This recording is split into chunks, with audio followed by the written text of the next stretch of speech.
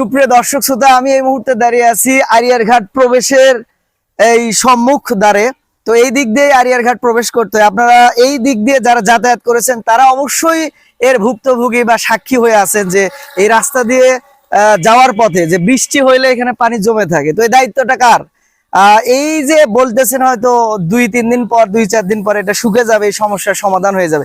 এর ফলে যে ক্ষতিটা হয় সেটা আপনাদেরকে দেখাবো, চলেন এবার।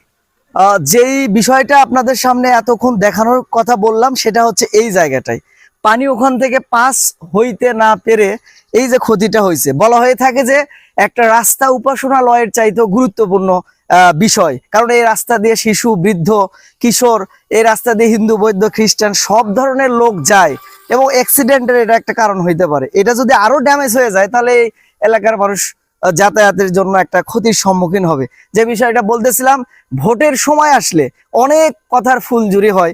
এরকম হয় যে উমুক মানব দরদি, উমুক হচ্ছে উন্নয়নের কারিগর, উমুক এই ওয়ার্ডটাকে একটা স্বর্গে পরিণত করবে। কিন্তু আজকের এগুলো দেখভাল করার দায়িত্ব কার?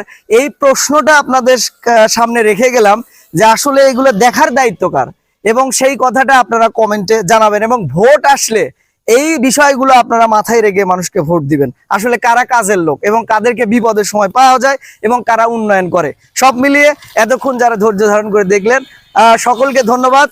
কাউকে ছোট করবার জন্য বা কাউকে আঘাত করবার জন্য এই কথাটা বলতেছি না বা ভিডিওটা করতেছি না। মোট কথা হলো জনস্বার্থে এই বিষয়টি তুলে ধরা। জনস্বার্থে আমি সোহেল ইবনে মাহবুর। আল্লাহ হাফেজ।